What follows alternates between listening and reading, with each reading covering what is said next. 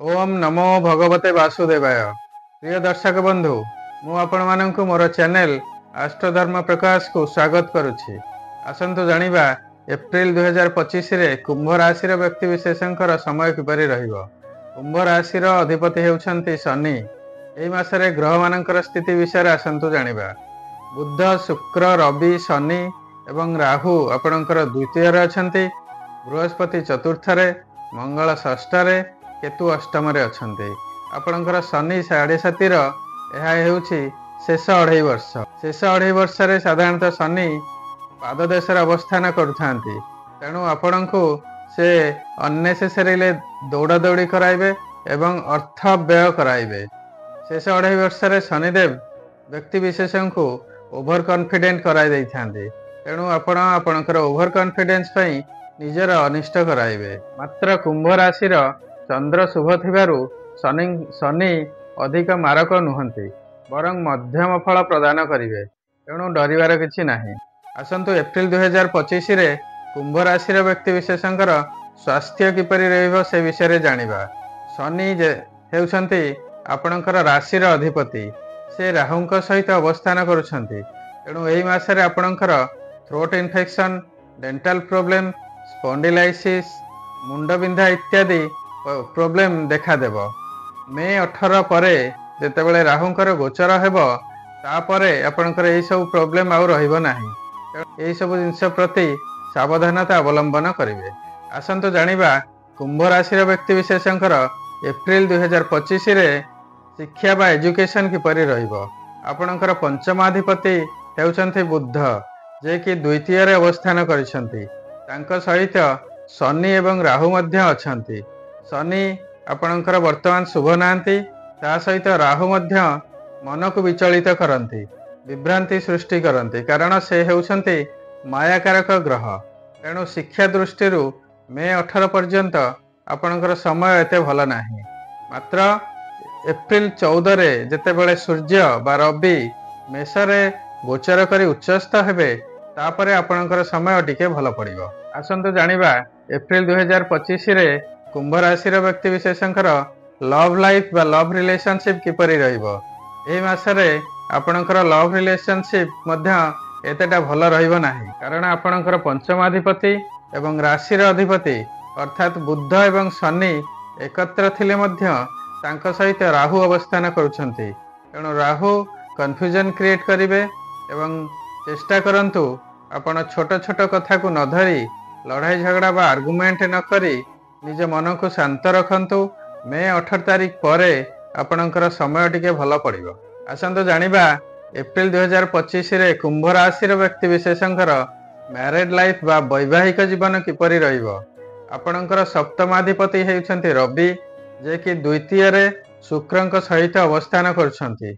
शुक्र मध्य उच्चस्थ अछन्ति, किंतु तांको सहित शनि एवं राहु जेहेतु अवस्थान करुछन्ति, एही मासरे एप्रिल 14 तारिख पर्यंत आपणकर समय टिके एते भल रहिबो नाही।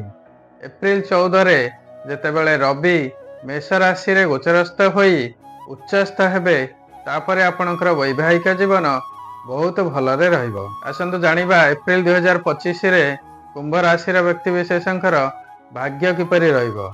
आपणकर भाग्याधिपति शुक्र द्वितीय बा धन घरे उच्चस्थ अछन्ति एवं तांको सहित राशिर स्वामी शनि मध्य अवस्थान करुछन्ति। तेणु भाग्य दृष्टि ए मासटी आपणकर अत्यंत भल अछि। एवं एप्रिल 14 तारिख रे जेबे रवि मेष राशि रे अवस्थान करी उच्चस्थ हेबे, तापरे आपणकर समय आहुरी भल पड़िबो। निजर मन को टिके स्थिर रखंतु, चंचल हवा को दियंतु नाही। जे कार्य आपण करिवे ता शुभ हेबो एवं ए मासटी बहुत भलरे जीवो। आसंतु जानिबा एप्रिल 2025 रे कुंभ राशि व्यक्ति विशेषकर कैरियर, कर्म क्षेत्र बा चाकरी क्षेत्र रे समय किपरि रहिबो। आपणकर दशमाधिपति मंगल षष्ठ रे अछन्ति, मात्र निचस्थ अछन्ति एवं षष्ठ घरर अधिपति हेउछन्ति चंद्र, जे कि अत्यंत चंचल, गोटे स्थान रे स्थिर रुहंती नाही। प्रत्येक 2.5 दिन रे गोटे राशि परिवर्तन करंती। तेणु आपणकर कार्य रे मन लागिबो नाही। आपण वर्क रिलेटेड ट्रैवल बहुत करिवे। ऑफिस रे निजर सहकर्मी बा उच्च ऑफिसर बा ऊपर ऑफिसर सहित आर्गुमेंट करंतु नाही, लड़ाई झगड़ा करंतु नाही, ऑफिस पॉलिटिक्स रे इन्वॉल्व हुअंतु नाही, निज कार्य रे ध्यान दियंतु, समय शुभ हेबो। आसंतु जानिबा एप्रिल 2025 रे कुंभ राशि व्यक्ति विशेषकर बिजनेस बा वाणिज्य व्यवसाय रे किपरि समय रहिबो। आपणकर वाणिज्य व्यवसाय रे एही मासटी शुभ रहिबो।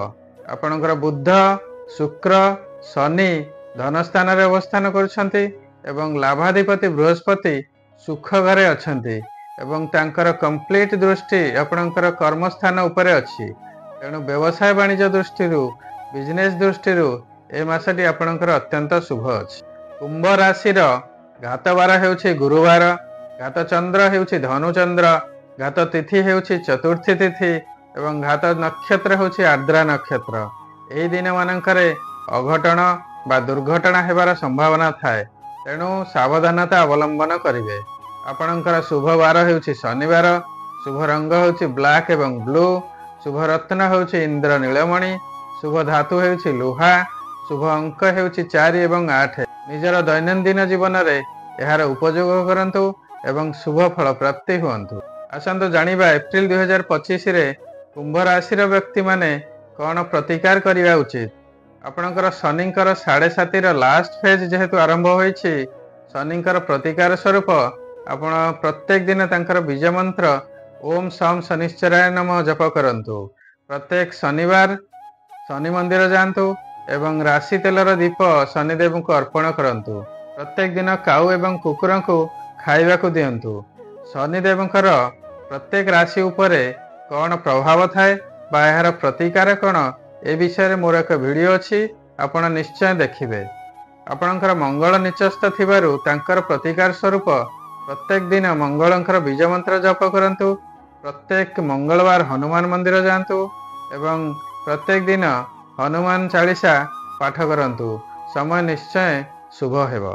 मु एठी आपनको कहि देबाकू चाहे, जदि आपणकर किछि निर्दिष्ट समस्या थाए तार ज्योतिष शास्त्र सम्मत उपचार आपण चाहंती ताले वीडियो रे दिया जाइथिबा व्हाट्सएप नंबर रे आपणकर जातकर कॉपी पठांतु।